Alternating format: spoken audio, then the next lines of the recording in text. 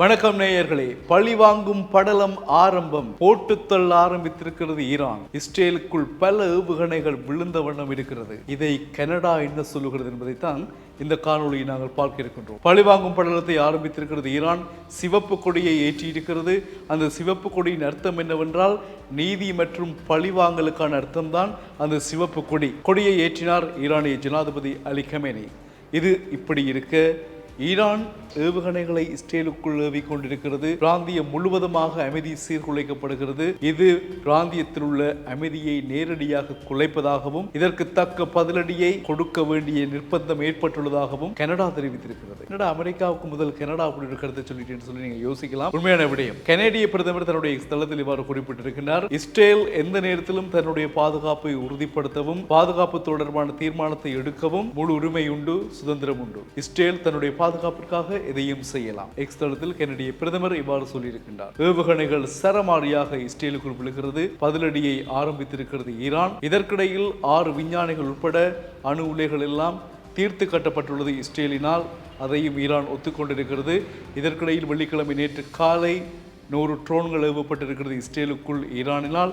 இது தவிர கனடாவுக்குள்ள அடுத்த பிரச்சனை என்னவென்று சொன்னால் ஈரானுடைய அணு ஆயுத திட்டம். இது பாரிய தலையிடியாக இருப்பதாக கனடிய பிரதமர் நேரடியாக சொல்லியிருக்கின்றார்.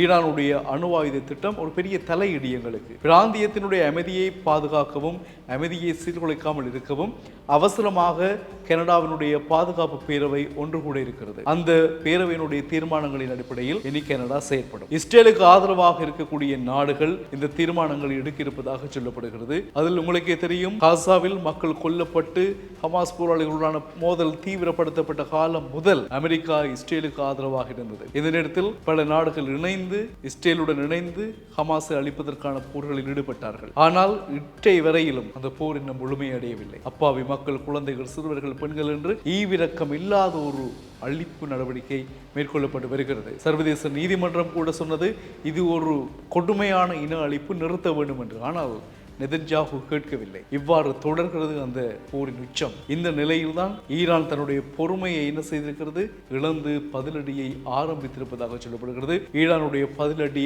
ஆரம்பிக்கப்பட்ட அடுத்த கணமே கனேடிய பிரதமர் தன்னுடைய ஸ்தலத்தில் இவ்வாறு பதிவிட்டிருக்கின்றார். எனவே கனடாவினுடைய இந்த நிலை, அமெரிக்காவினுடைய நிலை, இவை எல்லாமும் இஸ்ரேலுக்கு ஆதரவாக இருந்தாலும் ஈரானை வெற்றி எல்லாம் பார்த்து கொண்டிருக்குமா, என்ன செய்ய போகிறது பொறுத்திருந்து பார்ப்போம். போட்டு தள்ளாமல் விடமாட்டோம் என்று ஈரான் உயர்மட்ட தலைவர் அலி கமேனி கர்ச்சித்துக் கொண்டிருப்பதாக செய்திகள் தெரிவிக்கப்படுகிறது. மீண்டும் சந்திப்போம்.